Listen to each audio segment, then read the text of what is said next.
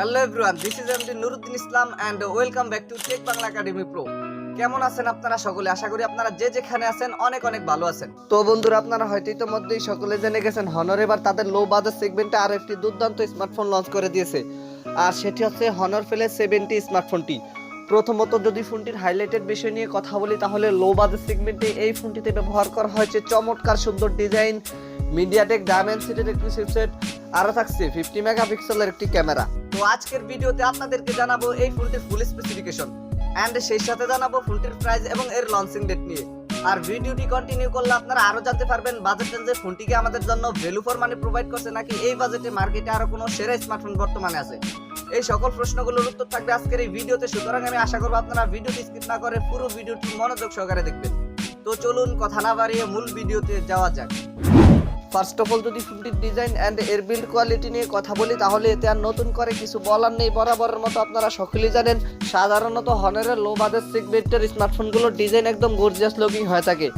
এবারও কিন্তু তার ব্যতিক্রম নয়। বিশেষ করে হনর ফ্ল্যাশ 70 এই স্মার্টফোনটির ডিজাইন করা হয়েছে একদম অসাধারণ লেভেলের, আর এই ফোনটির থিকনেস করা হয়েছে 8.3 মিলিমিটার এবং ফোনটির পেছনে ব্যবহার করা হয়েছে গ্লাস অ্যান্ড প্লাস্টিকের একটি সম্মিলিত ব্যাক প্যানেল।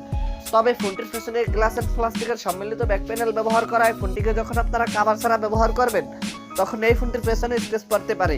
তাই আমি রিকমেন্ডেশন করব আপনারা প্রোটেকশনের জন্য এই ফোনটির পেছনে অবশ্যই একটি কভার লাগিয়ে নেবেন। আর এই ফোনটির ওয়েট করা হয়েছে 196 গ্রাম। তবে বাজেট সেগমেন্টে এই ফোনটির ওয়েট আরও কিছুটা কম হওয়া দরকার ছিল। এই ফোনটির রিয়ার প্যানেল আসলে আপনারা একটি ক্যামেরা বাম্পারের মধ্যে পেয়ে যাবেন ডুয়াল ক্যামেরা সেটআপ, এবং ফোনটির ফ্রন্ট ফারে আসলে ফুল ভিউ ডিসপ্লের মাঝখানে থাকছে একটি you shape not camera setup. যদিও এইরকম বাজেট সেগমেন্টের স্মার্টফোনটিতে অন্ততপক্ষে একটি পাঞ্চুল কাট আউট ক্যামেরা ব্যবহার করা অতীব জরুরি ছিল। আর এই ফোনটির নিচনের দিকে কিন্তু বেজেলের পরিমাণ একটু বেশি রাখা হয়েছে এর সামনের ডিসপ্লেটিতে। তবে ফোনটির ডিসপ্লেটিতে নিচনের দিক থেকে বেজেলের পরিমাণ আর একটু ন্যারো হলে বিষয়টি কিন্তু আরো অনেক বেটার হতো। ফোনটিকে আপনারা ব্ল্যাক, ব্লু এন্ড সিলভার এই তিনটি কালারই পেয়ে যাবেন। তো ফোনটির ডিজাইন নিয়ে বলতে গেলে পার্সোনালি এই ফোনটির ডিজাইন আমার কাছে অনেক ভালো লেগেছে। আপনাদের কাছে ফোনটির ডিজাইন কেমন লেগেছে কমেন্ট করে অবশ্যই জানাবেন। দেন সেকেন্ডলি যদি ফোনটির ডিসপ্লে নিয়ে কথা বলি, তাহলে এই ফোনটিতে ব্যবহার করা হয়েছে 6.74 ইঞ্চির একটি IPS LCD প্যানেলের ডিসপ্লে। ফোনটিতে IPS LCD প্যানেলের ডিসপ্লে ব্যবহার করা সত্ত্বেও এতে কিন্তু ব্যবহার করা হয়েছে 90 হার্জের হায়ার রিফ্রেশ রেট। ফোনটির ডিসপ্লেতে 90 হার্জের হায়ার রিফ্রেশ রেট ব্যবহার করায় গেমিং এর সময় ফোনটির এই ডিসপ্লেটি থেকে আপনারা একটি স্মুথ লেভেলের পারফরম্যান্স পেয়ে যাবেন। আর এই ডিসপ্লেটিতে ব্যবহার করা হয়েছে HD+ রেজোলিউশন।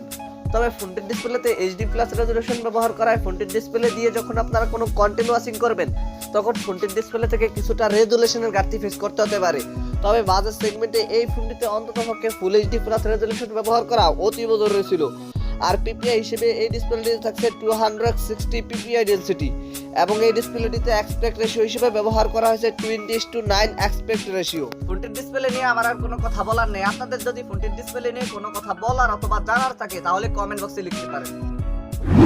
থার্ডলি যদি ফোনটির পারফরম্যান্স নিয়ে কথা বলি, তাহলে এই ফোনটিতে রান করবে magic UI 6.1 based on Android 12। আর চিপসেট হিসেবে ফোনটিতে ব্যবহার করা হয়েছে মিডিয়াটেক ডায়মেনসিটি 6020, যেটি 7 ন্যানোমিটার আর্কিটেকচারে বিল্ড করা একটি অক্টা-কোর প্রসেসর। বরাবরের মতো আপনারা সকলেই জানেন সাধারণত এইরকম বাজেট সেগমেন্টে মিডিয়াটেকের ডায়মেন্ড সিরিজের চিপসেটগুলো মোটামুটি ভালো মানের একটি গেমিং পারফরম্যান্স দিয়ে থাকে। তাই আমরা আশা করতে পারি আপনারা এই চিপসেটটি দিয়ে ফোনটি থেকে মোটামুটি একটি ভালো মানের পারফরম্যান্স পেয়ে যাবেন। এই ফোনটিকে আপনারা 8128 এন্ড 8256 এই দুইটি ভেরিয়েন্টই পেয়ে যাচ্ছেন। তবে দুঃখের বিষয় হচ্ছে যে এই ফোনটিতে কেবল আপনারা দুইটি সিম কার্ড ব্যবহার করতে পারছেন, কিন্তু আলাদা কোনো ম্যাইক্রোএসডি কার্ড স্লট ব্যবহার করতে পারছেন না।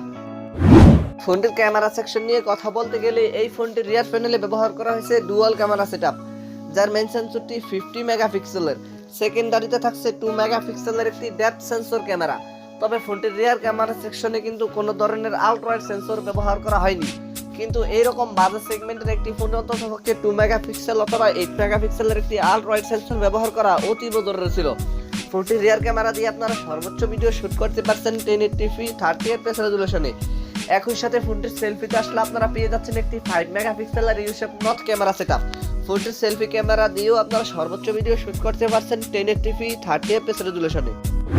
ফোনটির ব্যাটারি এন্ড এর চার্জার নিয়ে কথা বলতে গেলে এই ফোনটিতে ব্যবহার করা হয়েছে 6000 mAh একটি সুবিশাল মাপের লিথিয়াম পলিমার ব্যাটারি, যাতে ব্যাকআপের জন্য ব্যবহার করেছে 22.5 ওয়াটের একটি ফাস্ট চার্জার। এছাড়া সিকিউরিটি হিসেবে ফোনটিতে থাকছে সাইড মাউন্টেড ফিঙ্গারপ্রিন্ট।